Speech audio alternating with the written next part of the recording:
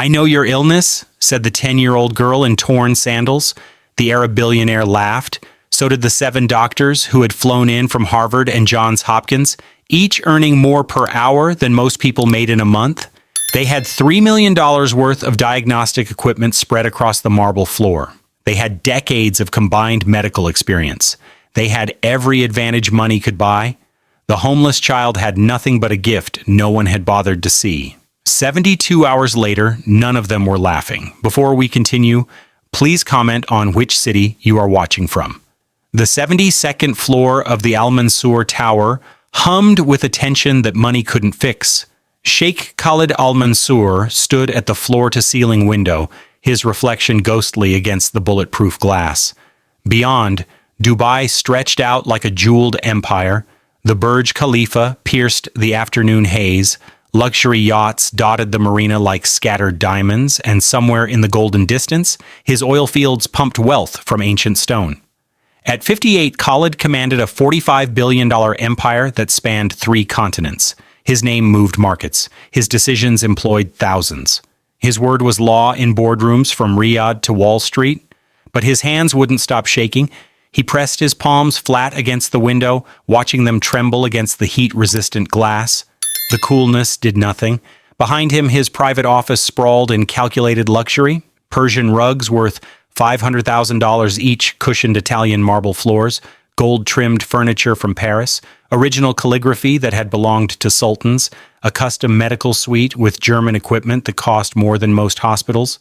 His $250,000 leather chair sat empty, mocking him. He couldn't sit, couldn't stand still, couldn't think past the tremor in his fingers and the erratic drumbeat of his heart. "Sir, perhaps you should rest." Dr. Harrison Chen, flown in from Johns Hopkins at a cost of $150,000 for 48 hours of consultation, set down his tablet. Around him, 6 other specialists shifted uncomfortably. Harvard, Mayo Clinic, Cedars-Sinai, the best money could summon. Their expensive equipment cluttered his office like defeated soldiers. An MRI machine, $2.1 million. Portable blood analysis systems, $400,000. EKG monitors with wires snaking across antique rugs. Diagnostic tablets blinking with data that told them nothing useful. Khalid turned from the window. "Rest? I have 72 hours until the most important merger of my career. European energy conglomerate, $10 billion deal. If I collapse during negotiations..." He stopped, pressing his hand to his chest where his heart galloped irregularly. "The stock plunges 30%. I lose $13.5 billion personally. Investors file $800 million in lawsuits. 20 years building the Desert Titan reputation, gone." The tremor worsened. His coffee cup had shattered in his grip that morning. He'd dropped his phone twice. During yesterday's video conference, his hands had shaken so badly, on camera, that 3 board members had called privately, asking if he was dying. He might be. "We're doing everything we can," Dr. Marcus Rodriguez from Harvard began, but his voice carried defeat.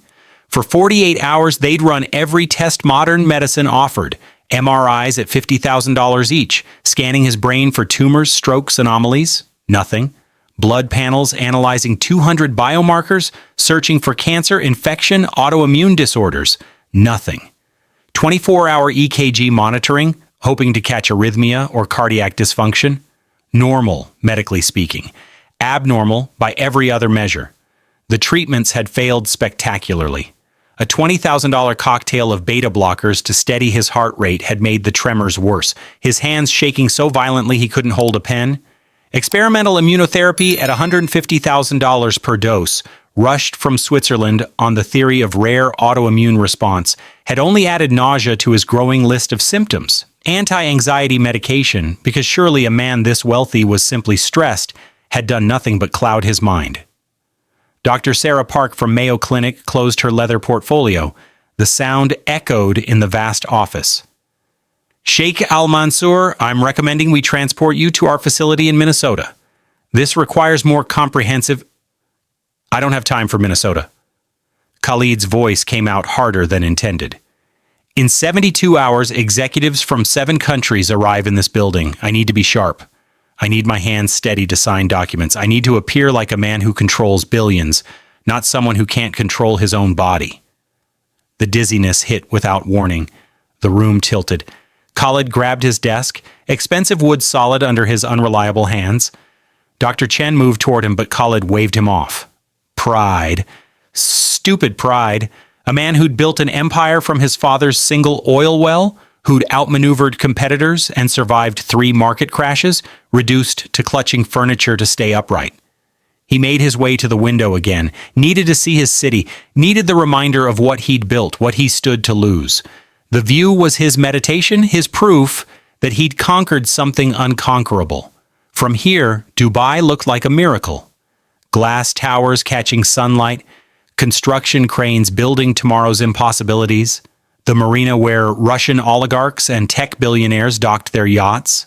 His yacht, Al Jabar, the largest in port, $300 million of custom Italian engineering, but his eyes drifted past the luxury, past the tourist beaches and 7-star hotels, to the north, where the city changed, where construction camps housed the migrant workers who actually built these towers, men from Pakistan, India, Bangladesh, the Philippines. They lived 8 to a room in corrugated metal boxes that baked in the desert heat. They earned in a month what Dr. Chen charged per hour. Khalid had never thought much about them before. Infrastructure, necessary labor, the machinery of empire.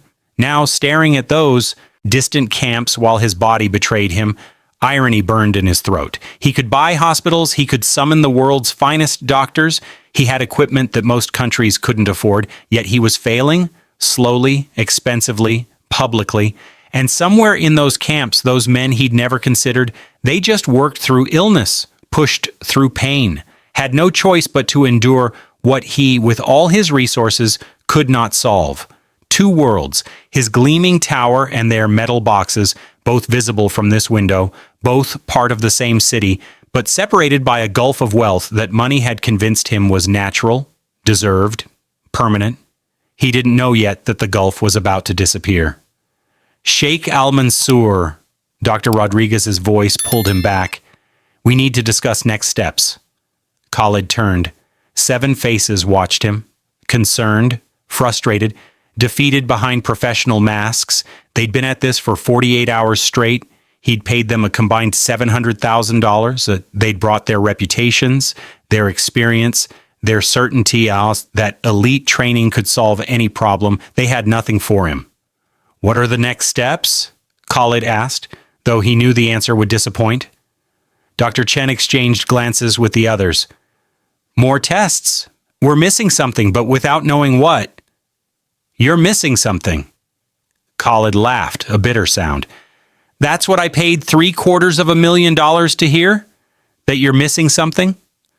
Sir, the human body is complex. Sometimes diagnosis requires time I don't have.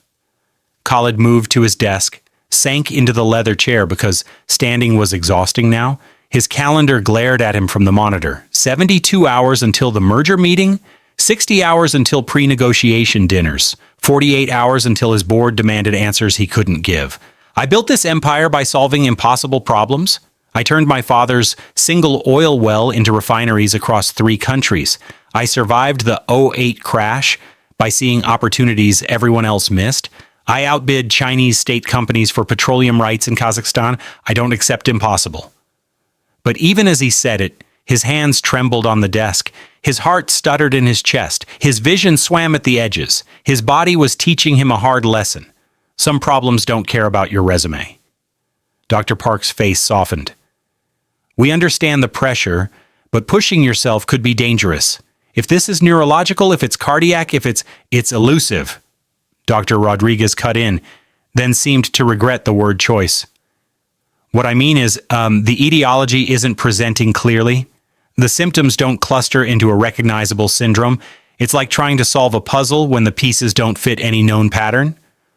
Khalid watched him pack away the $8,000 stethoscope, custom made in Switzerland with enhanced acoustic sensitivity. Useless. All of it. The monitors showed data. The machines hummed their expensive hums. The doctors murmured their educated murmurs, but none of it helped. The afternoon sun slanted through the window, throwing long shadows across the office. In the distance, Khalid could hear the city. Construction, traffic, the pulse of commerce that never stopped. His employees worked in this building. His companies operated across the globe. His decisions rippled through economies. But in this moment, in this expensive room with these brilliant doctors, he was just a man whose body was failing him in ways no one could explain. "Keep looking," he said finally. "I'll pay whatever it costs.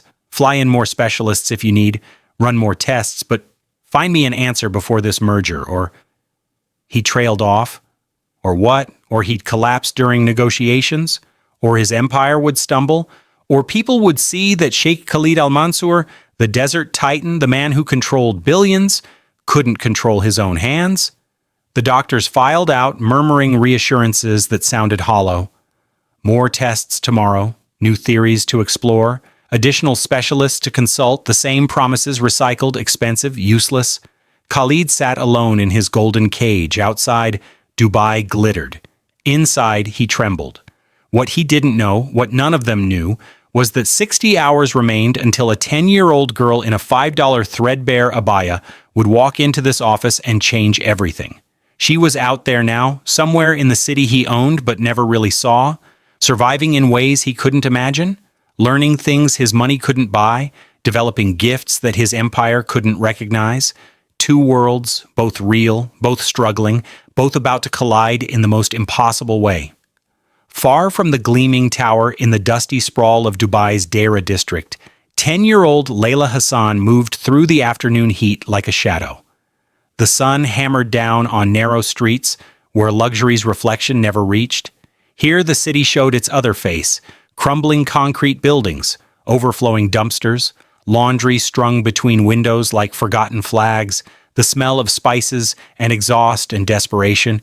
Layla's bare feet knew these streets by memory. 2 years since the construction accident that killed her parents.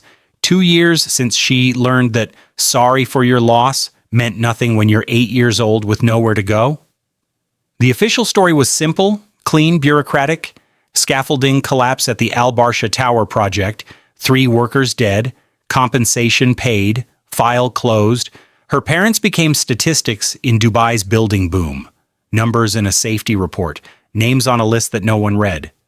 She'd spent 14 months in the system after that, foster homes that were really just warehouses for unwanted children, 6 kids to a room in apartments that smelled like mildew and gave up. 1 meal a day when the family remembered. Hand-me-down clothes that never fit. Social workers who came once a month, asked scripted questions, left with relieved smiles. No violence. Nothing dramatic enough to save her from. Just the slow, grinding neglect of a system that had too many children and too little care. So Layla left. 8 months ago, she'd walked out of her 4th placement and into the streets. Surviving was simpler than the foster system, more honest. The streets didn't pretend to care. She navigated the souks now with practiced efficiency. The textile vendor on Al Riga Road let her mend torn garments for a few dirhams. The fruit seller near the creek saved bruised mangoes that couldn't be sold. The phone repair shop owner, Uncle Rashid, let her sit in the air conditioning sometimes, watching YouTube videos on medical procedures when business was slow. She learned to make herself useful, invisible, forgettable. The skills of survival. Her threadbare abaya, bought used for 20 dirhams 2 years ago, hung loose on her slight frame. The hem was frayed. The fabric had faded from deep blue to a grayish nothing. But it was clean. She washed it in public fountains every 3 days, wore it damp when she had to. Dignity in small things, control where she could find it. No tears, no self-pity. Those were luxuries Layla couldn't afford. She observed instead, calculated, adapted. Her mind had become a fortress, walls built from necessity, defending against a world that had proven unreliable. But inside that fortress was something remarkable, something that even Layla didn't fully understand yet. The gift started at 7 before the accident, when her mother took her to the free clinic for a persistent cough. While waiting, Layla had discovered the medical pamphlets stacked in plastic holders. Asthma management, diabetes symptoms, wound care basics. She'd read them all, memorizing anatomical diagrams the way other children memorized cartoon characters. When the doctor finally saw them, Layla had asked questions that made him pause. How does insulin know where to go? Why does breathing get harder at night? What makes blood clot? Her mother had laughed, embarrassed. She asks too many questions? The doctor had looked at Layla differently. Curious children become brilliant adults. After her parents died, the clinics became refuge. She'd slip into waiting rooms, sink into plastic chairs, and absorb everything. Overheard doctors discussing cases, elderly patients comparing symptoms, nurses explaining treatments. She learned to read medical shorthand from forms left on clipboards. She memorized drug names from prescription bottles and trash cans. The public library became her university. 2 hours of free internet per day. She devoured medical websites, watched surgical videos, studied diagnostic flowcharts, Gray's Anatomy in PDF form, WHO guidelines on parasitic infections, case studies from medical journals. Her mind soaked it up like desert sand drinking rain. Pattern recognition, symptom clusters, diagnostic logic trees. Then she started applying it. The first time was with Ahmed, another street kid who'd shared shelter under the Al Maktoum Bridge. He'd been getting sicker for 3 days. Dizzy, weak, skin gray. Most people would have said flu, dehydration, or just ignored him entirely. Layla watched how slowly his skin snapped back when pinched, how his eyes had sunk deep in their sockets, how his pulse at the wrist felt thready and fast. Severe dehydration. Not from lack of water, but from losing it too fast. Probably cholera from the contaminated creek water. She'd led him to a mosque where they gave out bottled water and oral rehydration salts, told him exactly how much to drink and when. 3 days later, he was alive. Probably wouldn't have been otherwise. The second time was Merchant Hassan, the fabric vendor who'd been kind to her. She noticed he kept removing his shoes, scratching his swollen feet, drinking water constantly but always thirsty, the sweet smell on his breath when he spoke. Classic presentation, early diabetes. She'd researched herbal supplements on library computers, told him about bitter melon and fenugreek seeds available in the spice souk. 3 months later, his feet were normal again. He'd gone to a real doctor who confirmed it, put him on metformin. But Layla had caught it early when changes still mattered. Bodies tell stories if you listen, she whispered to herself sometimes, watching people move through the markets. The way someone favored their left side, protecting injured ribs. The yellow tint in eyes suggesting liver problems. The tremor in hands that meant Parkinson's or medication side effects or alcohol withdrawal. She saw what others missed because she'd trained herself to see, because survival demanded she understand the systems around her, including the system of human biology. Her analytical eyes missed nothing, but her stomach growled constantly. That was the trade-off. A brilliant mind in a body that was slowly running out of fuel. The afternoon was a furnace. Heat rose from pavement in visible waves.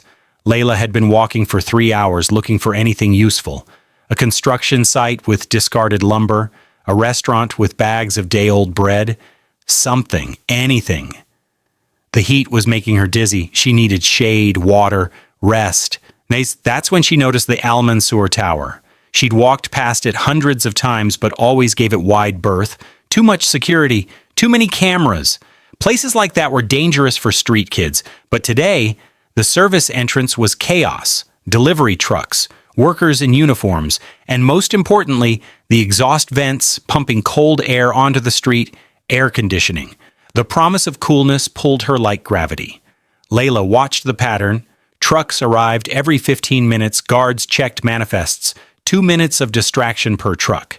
She timed 3 cycles to be sure. Then, as a medical supply truck backed toward the loading bay, she moved, small, quiet, forgettable. She slipped between the truck and the concrete barrier, into the shadows of the loading dock. Crates everywhere, boxes labeled with pharmaceutical company logos. One stack was marked Al Mansour Medical Suite, 72nd floor. The numbers meant nothing to her then. She just needed somewhere to hide until she could find a safe route to wherever the cold air was coming from. The bay smelled like cardboard and antiseptic. Workers shouted in Urdu and Arabic, directing the unload. Layla crouched behind a pallet of IV fluid boxes, each one probably worth more than she'd seen in a year. Through the chaos, she spotted it, an open service door, a corridor beyond, the hum of machinery promising cooler air deeper in the building. She waited for the right moment, a dropped crate, everyone's attention diverted. 3 seconds of opportunity. Layla moved like water, flowing through the open door into the building's underbelly. The corridor was concrete and pipes and fluorescent lights, service level, the building's hidden machinery. She followed the coolest air current, her internal compass guiding her toward ventilation sources, around one corner, down a ramp, past a maintenance room with voices inside. She was good at this. Years of navigating places she wasn't supposed to be had taught her how to read spaces, how to move through blind spots. But then, motion sensors she hadn't expected, red lights blinking in the ceiling, a distant alarm chirp, footsteps, heavy, fast, multiple people. Layla froze, her mind calculated escape routes, but she was too deep in the building now. The corridor had only 2 directions, and security was coming from one of them. The guards rounded the corner, 2 of them. Uniforms that probably cost more than her entire wardrobe. Radios crackling. They stopped when they saw her. A small girl in a faded abaya, dusty feet, wide eyes. "Intruder!" the first guard shouted into his radio. "Service level B2, it's..." He paused, confused. "It's a child." The second guard moved toward her, not threatening, but cautious. "How did you get in here? Where are your parents?" Layla said nothing. Experience had taught her that words usually made things worse. More voices on the radio, commands to secure the area, questions about how a child breached security. The guards were embarrassed, Layla could see, their expensive systems defeated by a 10-year-old looking for shade. Then a different voice on the radio. Tired, frustrated, male. What kind of intruder? "Sir, it's a young girl. She must have slipped in during the medical delivery." A long pause. Layla could hear the man breathing through the radio static. Finally, "Bring her up." "Sir? To the penthouse?" "Yes, what's one more distraction today?" The voice carried bitter amusement. "Maybe she can solve my problem since no one else can." The guards exchanged confused glances but obeyed. They weren't rough. One of them even offered her his water bottle, which she accepted gratefully. The elevator ride was silent, 60 floors in glass and steel. Through the transparent walls, Layla watched Dubai shrink below. She'd never been this high before, never imagined she would be. Her bare feet were silent on the Persian rugs when they finally walked into the penthouse office. The transition from concrete corridors to this was jarring. Gold, marble, art, furniture that looked like it belonged in museums, and windows, massive windows showing the entire city spread out like a map. Her dusty sandals and faded abaya created a contrast so sharp it was almost violent. The guards' polished shoes, the expensive suits of the men in the room, the clinical white of medical equipment, and her a small nothing in the center of all that wealth. But Layla's eyes weren't on the luxury. They were on the man slumped in the leather chair. Layla's analytical gaze swept the room in 3 seconds and saw everything that mattered. 7 men in expensive suits, medical equipment scattered like defeated soldiers, monitors blinking with useless data. But her focus locked on the man in the center, Sheikh Khalid Al-Mansour, though she didn't know his name yet. She just saw the symptoms. His face was pale beneath his tan, a grayish undertone that spoke of systemic malfunction. His left eyelid twitched every 4.7 seconds, subtle but regular. His breathing was shallow, irregular, compensatory. When he shifted his weight, his hand trembled on the armrest. Pupils dilated unevenly when he looked toward the bright window. And there, the way he kept swallowing, the slight grimace afterward. Metallic taste. Had to be. The doctors were talking, their voices droning in the background. "We're considering autoimmune panels, perhaps a neurological consult from Berlin." Layla's stomach growled, loud enough that everyone heard it. The sound cut through the medical jargon like a knife. Silence crashed into the room. One of the doctors, wearing a Harvard pin on his lapel, frowned at her. "Why is there a child here?" Khalid waved the question away. "She's an intruder. Slipped through security. He studied Layla with tired curiosity. You picked an interesting day to break into my building, little one. Looking for something to steal? I was looking for shade, Layla said simply. Her voice was clear, steady, matter-of-fact. But I can see you have bigger problems than me. A ripple of amusement through the room. This homeless child lecturing them about problems. But Layla wasn't joking. Her eyes hadn't left Khalid's face. She was reading him the way she'd learned to read medical charts, the way she'd learned to read bodies that told stories no one else bothered to hear. I know your illness, she said. The words dropped into the room like stones into still water. Khalid leaned forward slightly, entertained despite his exhaustion. Oh, do tell. 7 of the world's finest doctors have been trying to figure that out for 2 days. It's not your heart or your immunity. Layla stepped closer, ignoring the doctor's skeptical expressions. It's heavy metal poisoning, cadmium, from your water pipes. The room went silent, different than before. This wasn't polite quiet. This was shock. Dr. Chen from Johns Hopkins recovered first. He chuckled, the sound condescending in its gentleness. Child, we've run extensive toxicology panels. We've checked for every environmental factor. You clearly don't understand the complexity of... I've seen these signs in workers near the refineries, Layla interrupted, her voice calm but firm. Tremors starting in the hands, spreading. Dizziness that gets worse after meals. After drinking water. She looked directly at Khalid. You have a metallic taste in your mouth, don't you? And the tremors are worse in the morning, right after you wake up and drink water? Khalid's hand froze on the armrest. His eyes widened slightly. How did you... Your pupils dilate unevenly because cadmium affects the autonomic nervous system. Layla continued, her words precise, technical, impossible from a 10-year-old in rags. The tremors are from neurotoxicity. The dizziness is from its effect on your vestibular system. The fatigue is because it's interfering with mitochondrial function at the cellular level. She rattled off symptoms with the confidence of a diagnostician who'd spent years correlating patterns. You probably also have muscle aches, difficulty concentrating, maybe some nausea that comes and goes.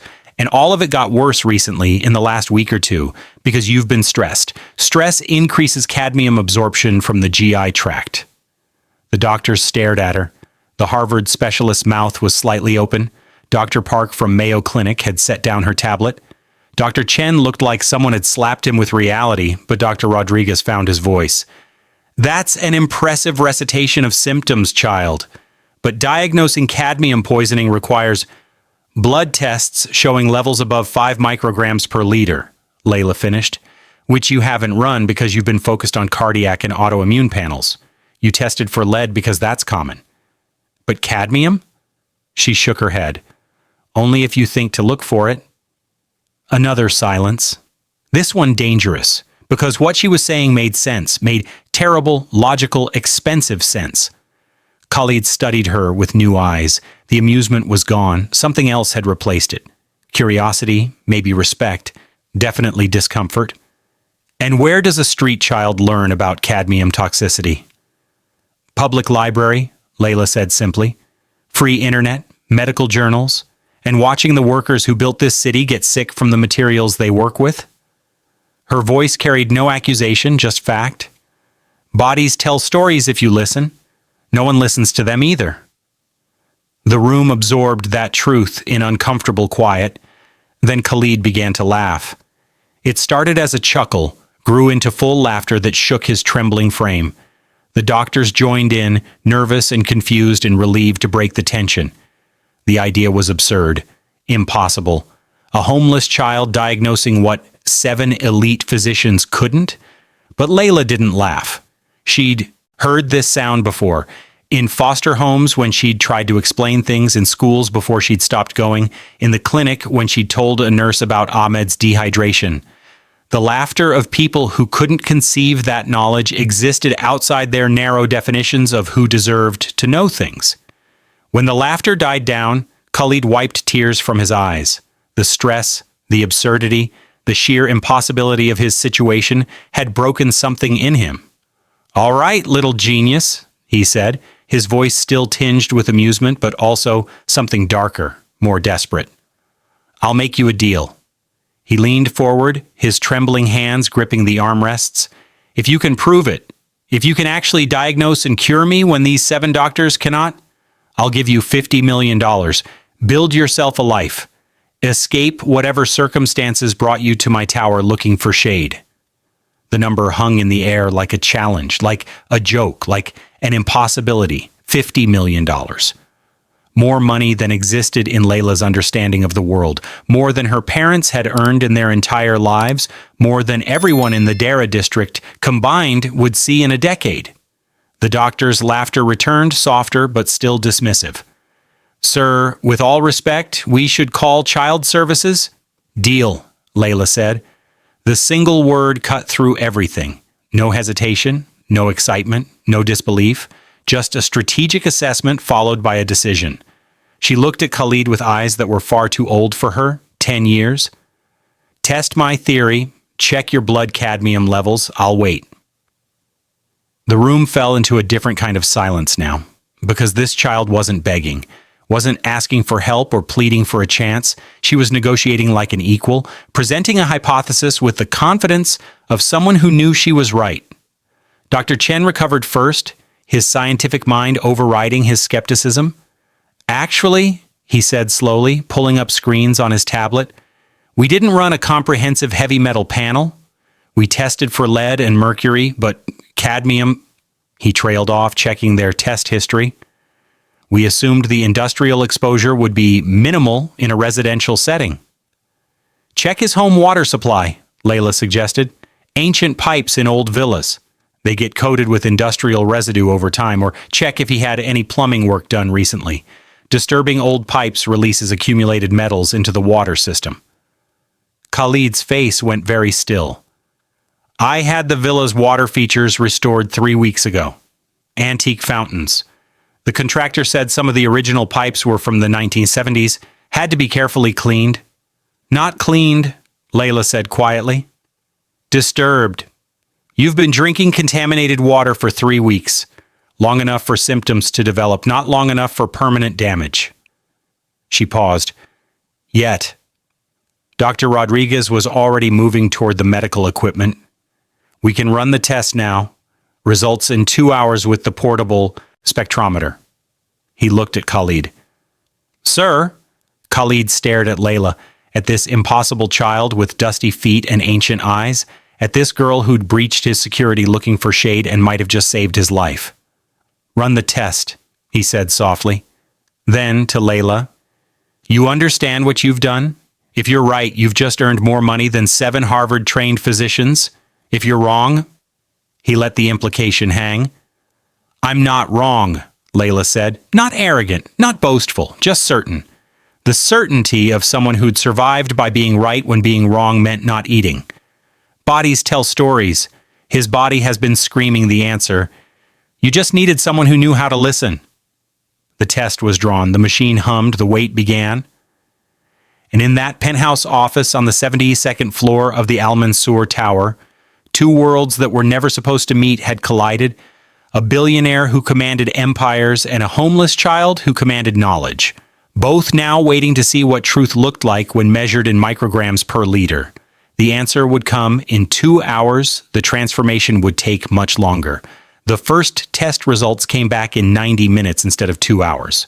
Dr. Rodriguez's hands were steady as he read the numbers from the portable spectrometer, but his voice carried something new.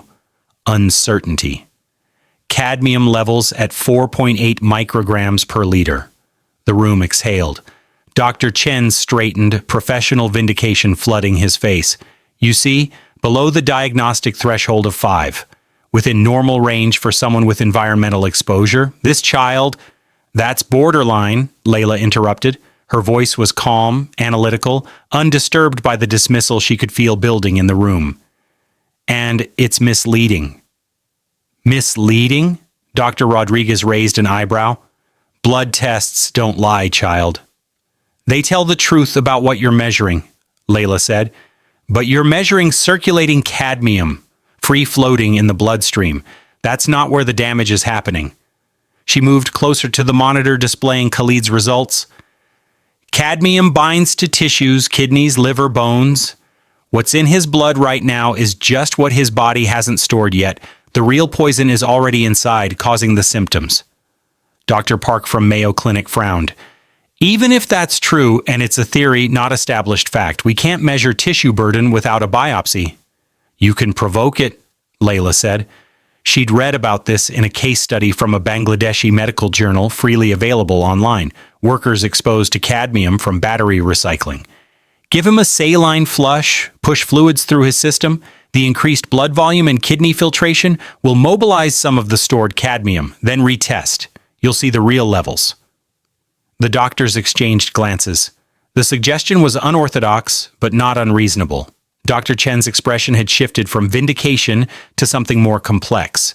Professional curiosity warring with wounded pride.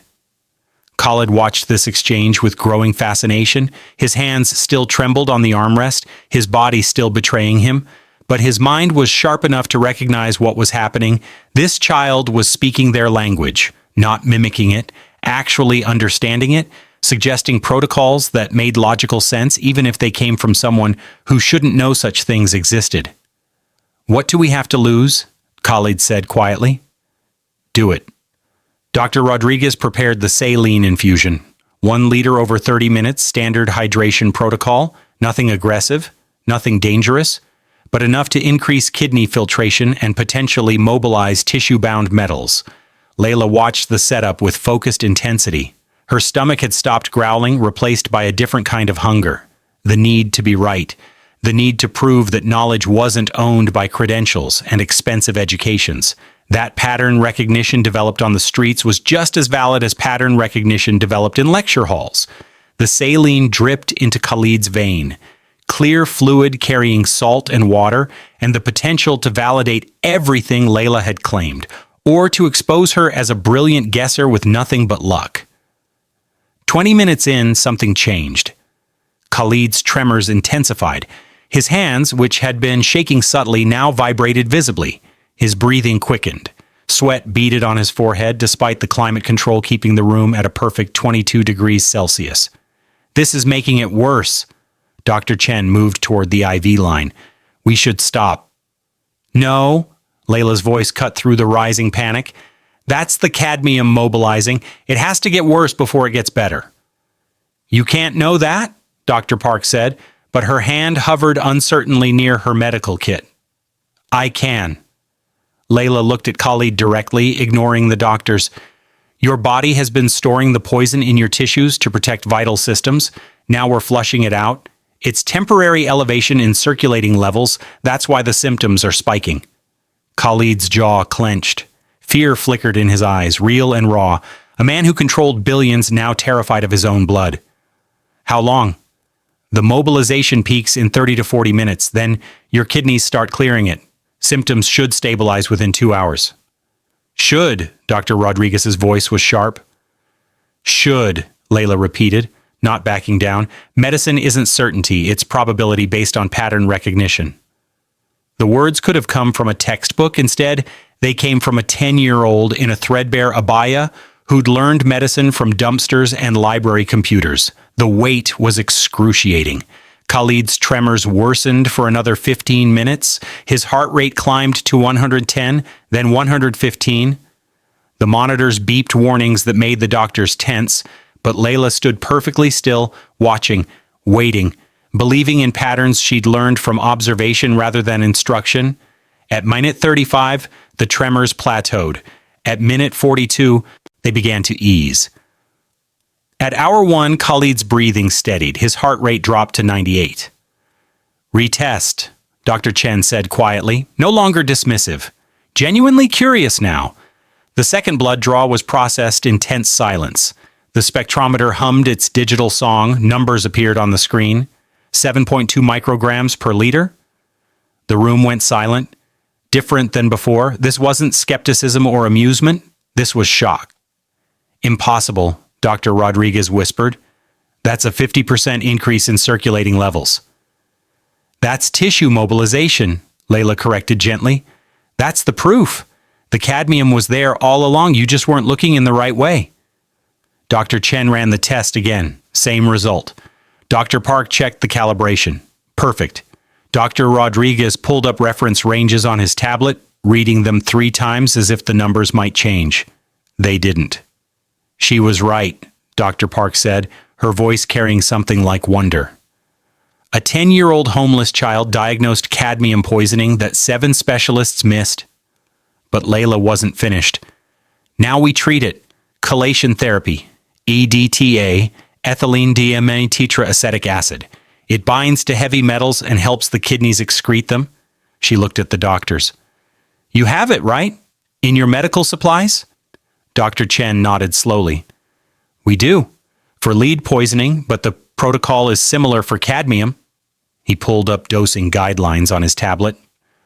1 gram per kilogram of body weight, intravenous infusion over 6 to 8 hours. Layla finished. Slower is safer. Reduces risk of kidney damage from sudden mobilization. The doctors prepared the chelation protocol in stunned silence. Their expensive equipment, their advanced degrees, their decades of experience, all defeated by a child who'd taught herself medicine because survival demanded it. The EDTA dripped into Khalid's bloodstream. Hour 2 passed. Hour 4. Hour 6. The transformation was gradual but undeniable. The tremors that had plagued him for 48 hours began to fade. The dizziness that had made him grip furniture lessened. The irregular heartbeat that had terrified him stabilized into healthy rhythm. By hour 8, his hands were steady. By hour 12, the metallic taste was gone. By hour 16, Sheikh Khalid al-Mansour felt like himself for the first time in 3 weeks. The final blood test confirmed it. Cadmium levels dropping toward normal. Kidney function stable. All systems responding exactly as Layla had predicted they would. Dr. Chen sat heavily in one of Khalid's expensive chairs. In 30 years of practice, I've never... He stopped, shook his head. How? I read, Layla said simply. I observed. I learned to see patterns because missing patterns meant going hungry. She looked around at the 7 accomplished physicians. You learned to see patterns too. You just learned to see different ones. The patterns that show up in patients who can afford your clinics, who have insurance, who look like they belong in your world. The truth landed hard. These doctors were brilliant, dedicated, accomplished, but they'd been trained to recognize illness in specific contexts, specific populations, specific presentations.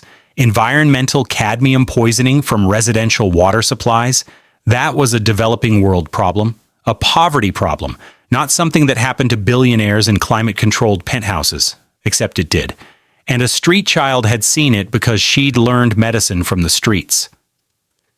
Impossible, Dr. Rodriguez murmured again, but this time it was admiration, awe, the recognition that impossible things happened all the time when you expanded your definition of possible. Khalid stood, tested his balance, solid, took 3 steps, no dizziness, held out his hands, steady as stone. He stared at them like they belonged to someone else, like he couldn't believe his own body was working again. Then he turned to Layla. This girl in rags worth pennies. This homeless child who'd slipped through his security looking for shade, this impossible, brilliant, overlooked mind who'd just saved his $10 billion merger, his reputation, possibly his life. You did it, he said softly. You actually did it. But Layla didn't smile, didn't celebrate, didn't show any of the excitement a 10-year-old should show after earning $50 million. Instead, she just nodded. Matter of fact, like diagnosing impossible diseases was normal, like outperforming Harvard-trained physicians was expected. I told you I could, she said, then quieter. Bodies tell stories. Someone just needed to listen to yours. Khalid moved to his desk. His hands were steady now, no tremor as he accessed his banking system. $50 million. The number had been a joke when he'd said it, an absurd wager that was never meant to be paid. But he'd made a deal. His word meant something, even to a homeless child, especially to a homeless child who'd just proven she was smarter than his entire medical team. I'll have the transfer initiated immediately, he said, pulling up account screens. You'll need... Why? Layla interrupted. Khalid paused, finger hovering over the keyboard. Why what? Why this bet? Layla's eyes were steady on his face, analytical, measuring. What do you gain from it?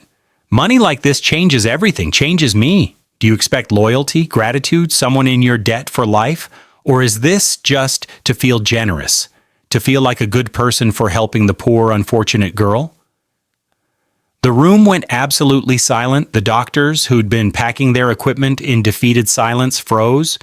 Dr. Chen's mouth opened slightly. Dr. Park exchanged glances with Dr. Rodriguez. None of them had ever heard a child, had ever heard anyone question a billionaire's generosity like this. But Khalid didn't look offended. He looked surprised, then thoughtful. He closed his laptop and moved from behind his desk. Power didn't need barriers. He pulled over a chair, sat across from Layla at eye level. Equals. That's an astute question, he said slowly. Most people wouldn't ask it. They'd just take the money and run. I'm not most people, Layla said, and this much money isn't freedom. It's power. Power creates obligations. I need to understand what you think I owe you. Khalid was quiet for a long moment. Outside his windows, Dubai was transitioning to dusk, the city lights beginning to glow, his empire sprawling below him, and sitting across from him, a 10-year-old who understood power dynamics better than most CEOs he'd negotiated with. I built my fortune by seeing opportunities others missed, he said finally. Oil fields that competitors overlooked, real estate that others undervalued, investment opportunities that everyone else thought were too risky. He gestured to the view. I became successful because I looked where others didn't. But, Layla prompted, but I overlooked people like you. The admission cost him something. Khalid could see his reflection in the darkening window, a man who'd built everything, who'd commanded everything, who'd been blind to the most obvious thing of all. The invisible ones building this city, working in the camps, surviving on the streets. I never looked there for intelligence, for potential, for gifts that could rival anything my expensive consultants could offer. He looked at her directly. You saved my deal, possibly my life. But more than that, you've taught me something. That intelligence isn't owned by institutions or credentials or wealth. It exists everywhere, and I've been wasting it, overlooking it, benefiting from the labor of people I never truly saw. Layla processed this. Her young face was serious, considering. That's honest, she said quietly, but it doesn't answer my question. What do you want from me? I want to learn from my mistake, Khalid said. I want you to show me what I've been missing. Not for my benefit, for theirs. He gestured vaguely toward the northern part of the city, where the camps were, where people like Layla survived. I have resources. You have knowledge I don't. About how systems fail people, about what intelligence looks like when it's been fighting just to survive. Layla nodded slowly. Her eyes had shifted from measuring to calculating. I've seen kids in the camps, she said. Workers' children. They get sick from the same poisons that made you sick. Cadmium, lead, industrial chemicals. But they don't have 7 doctors. They don't have diagnostic equipment. They just suffer and die quietly. And if you had resources, Khalid asked, genuinely curious now. Clinics in migrant areas, Layla said immediately. No hesitation. She'd been thinking about this for years. Free diagnostics, training programs for street kids who want to learn medicine but can't access traditional education, scholarships that recognize different kinds of intelligence, not just test scores. She was building momentum now, her vision crystallizing into words. A system that finds kids like me before they're 10 years old and desperate. That sees their gifts instead of just their circumstances. Khalid listened, really listened. For maybe the first time in years, he wasn't thinking about deals or profits or strategic advantages. He was hearing someone describe a world he'd helped create but never truly seen. The underside of his empire, the people who built his towers and worked his oil fields and died from the same industrial processes that made him billions. Wealth blinded me, he said quietly, to the human cost of everything I built. Then use your wealth to fix it, Layla said simply. Not charity, not rescue missions, systematic change. Change how we identify intelligence, change how we develop it, change who gets opportunities and why. The conversation stretched to 90 minutes, two minds separated by age and circumstance and 5 decades of different lived experiences, finding common ground in the shared recognition that systems were broken, that traditional measures of intelligence missed more than they caught, that survival skills developed on streets were just as valuable as skills developed in classrooms. Finally, Khalid made a counteroffer. $50 million seeds a foundation. I'll match it with another $25 million, $75 million total. You run it. You decide the priorities. You hire the people. You determine who gets help and how. He paused. I provide resources, not control. This is your vision, not my redemption project. Layla studied him carefully. And what about responsibility? This much money is power. Power corrupts, especially when you're young and haven't learned how to handle it. Khalid smiled, the first genuine smile in days. That's exactly why you're the right person. You're already asking the right questions. He pulled out a legal pad, started sketching organizational structures. We build in accountability, regular audits, community oversight. Your independence is protected, but there are systems to prevent abuse. I'll need advisors, Layla said. People who understand both medicine and poverty, who can help me not screw this up. We'll find them, Khalid agreed. But you make the final decisions. This isn't about me controlling how my money is spent. It's about proving that intelligence exists everywhere, that systems need to change to recognize it. They negotiated details, legal structures, decision-making authority, Khalid's role, financial backing, connections, resources, but not control. Layla's role, vision, strategy, implementation, with full authority to say no to anything that compromised the mission. It wasn't a rescue, wasn't a savior story. It was a partnership built on mutual recognition. He'd been blind. She could see. He had resources. She had understanding. Together, maybe they could build something that actually mattered. Finally, they had terms both could accept. Layla stood, extended her small hand. Khalid shook it. Her grip was firm, equal. The handshake of someone who understood this wasn't gratitude or charity.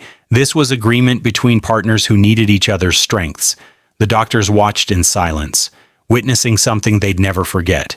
A homeless child and a billionaire meeting as equals, building a future that neither could have created alone. One more thing, Layla said as they broke the handshake. This isn't payback. This isn't revenge against systems that failed me. This is fixing those systems so they stop failing everyone else. Khalid nodded, understanding perfectly. This isn't about one girl escaping poverty. It's about proving that we've been measuring intelligence wrong the entire time. Exactly, Layla said.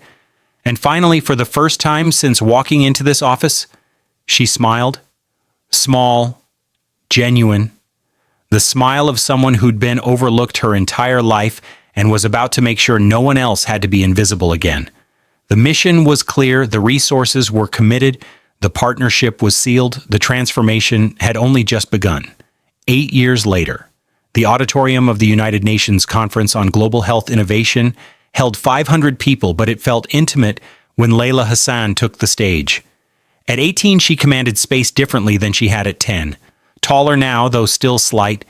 Her abaya was designer, deep blue silk that caught the stage lights, but her eyes were the same. Analytical, measuring, missing nothing.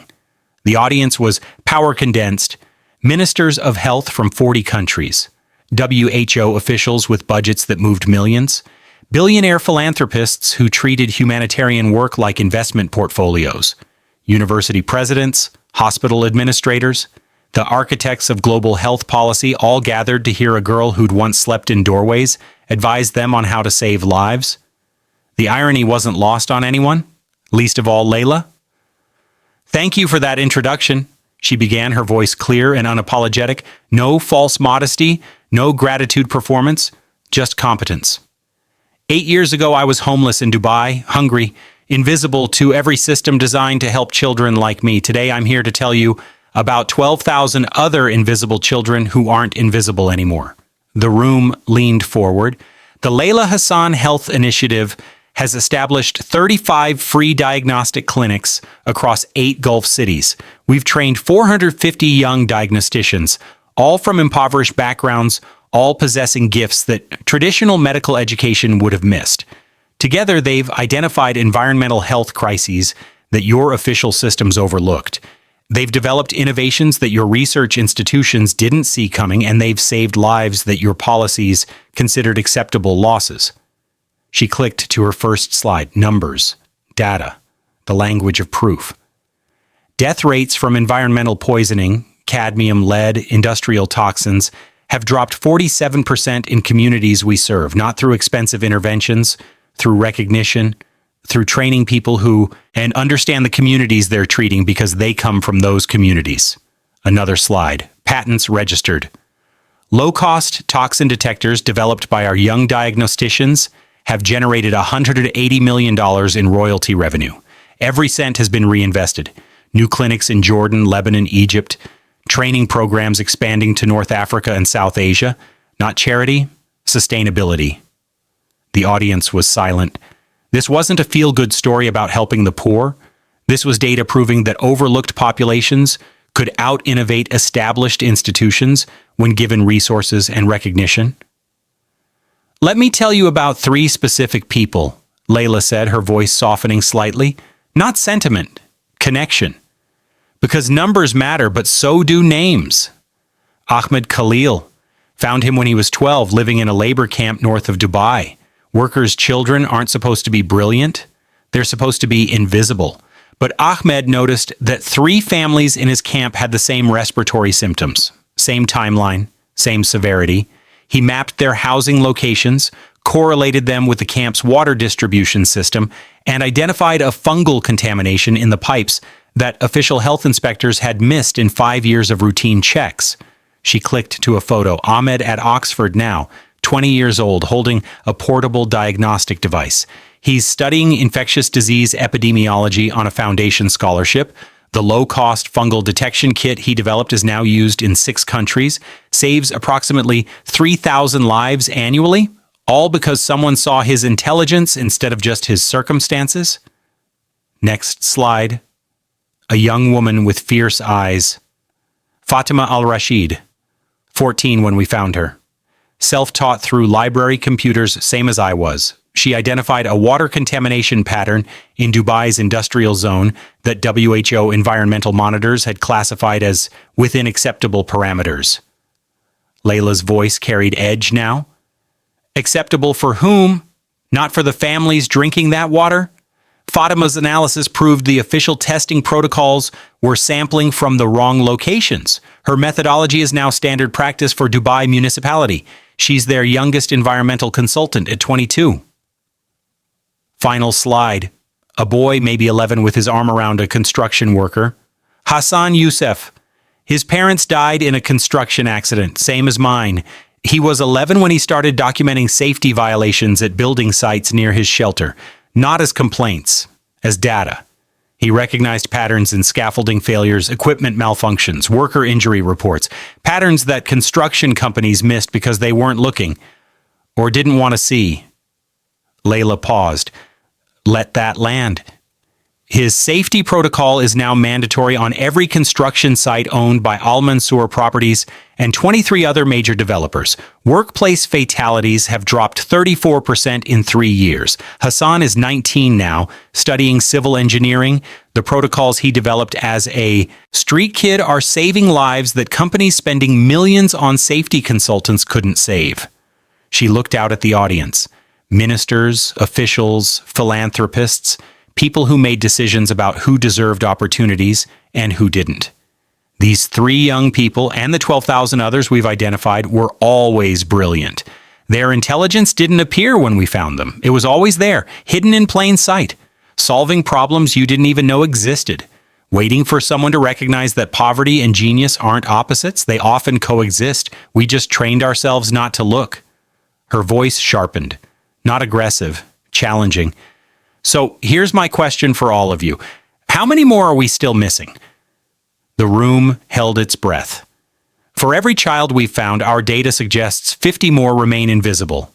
50 brilliant minds, surviving, adapting, developing skills that could revolutionize your fields. But they're solving problems you don't see in communities you don't visit, using intelligence types you don't recognize. She advanced the slide. Statistics on missed potential. Economic cost of overlooked genius. This isn't about charity. This is about massive systematic failure. You're losing innovations that could solve your biggest challenges because you're looking for intelligence in all the wrong places. Layla's tone shifted, not softer, more direct.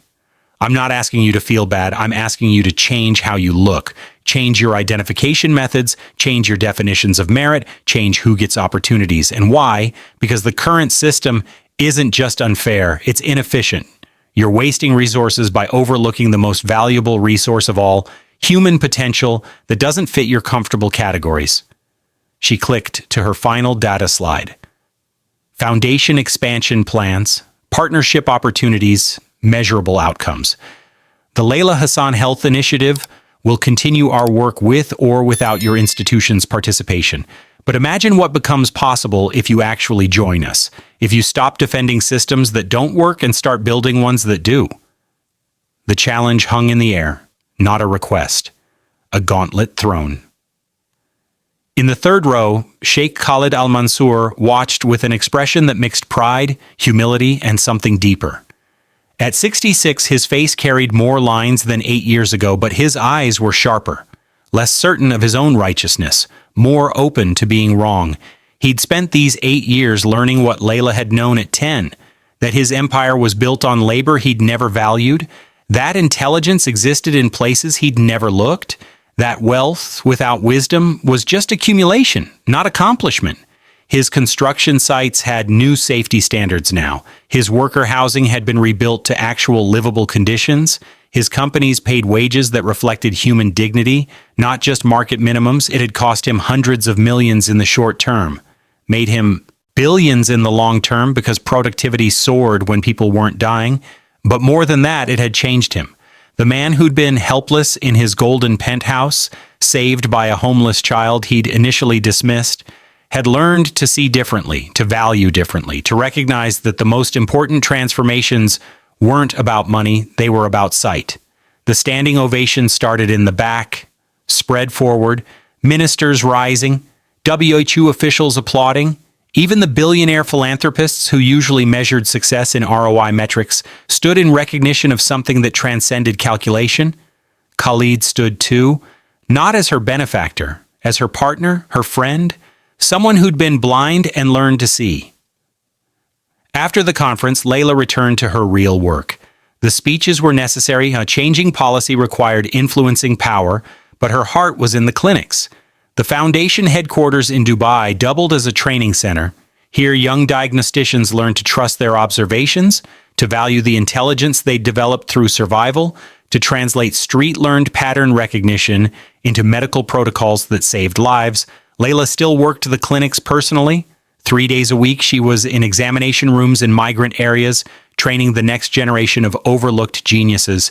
2 days a week, she attended medical school at Dubai Medical College, earning credentials that would make her insights harder to dismiss. Weekends were for the foundation's strategic planning, expansion into new regions, partnerships with governments finally willing to admit their systems were failing. She hadn't forgotten where she came from, couldn't forget.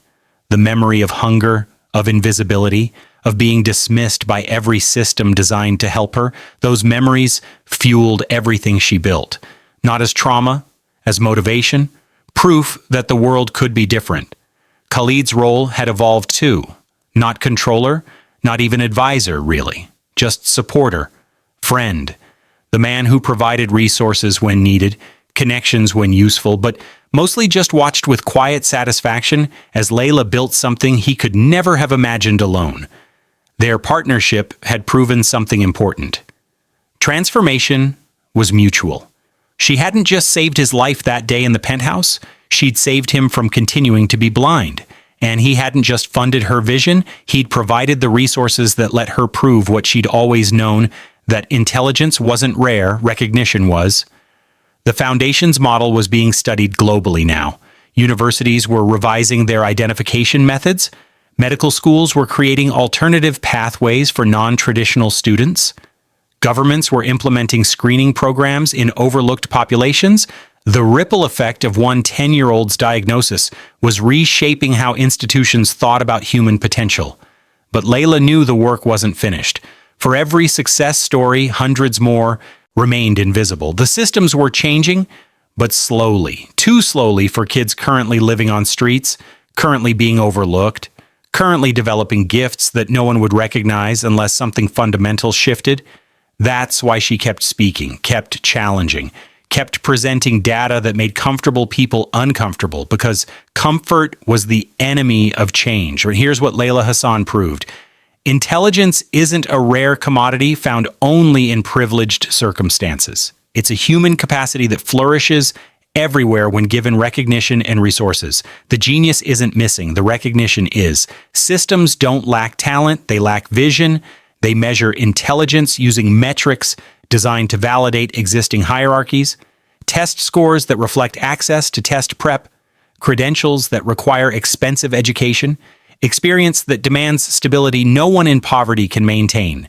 These aren't measures of intelligence. They're measures of advantage disguised as merit. One person changed that equation, not because she was extraordinary, though she was, because someone finally saw her, recognized that the girl in dusty sandals possessed knowledge that Harvard-trained physicians lacked, understood that survival skills were intelligence too, valued pattern recognition, developed through necessity as much as pattern recognition developed through education.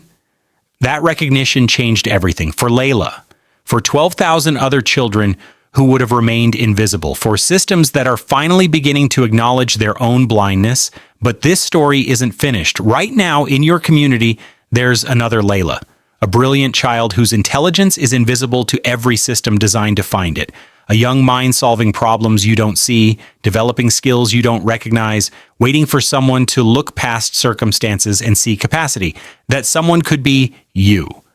Layla changed the world because one person, Sheikh Khalid, desperate and dying, was finally forced to see beyond his assumptions. But you don't need desperation to see differently. You just need to choose to look. Share this story. Not for the algorithm, not for the likes. Share it because people need to understand that genius blooms everywhere. That the kid working at your local gas station might understand systems thinking better than your MBA consultants. That the homeless teenager reading in your public library might possess diagnostic skills that rival trained physicians. That intelligence is everywhere. And we've been trained not to see it. Look differently. Question your assumptions about who can be smart. Challenge the metrics your schools and institutions use to identify talent. Demand that identification methods recognize different types of intelligence, not just the types that appear in traditionally privileged contexts.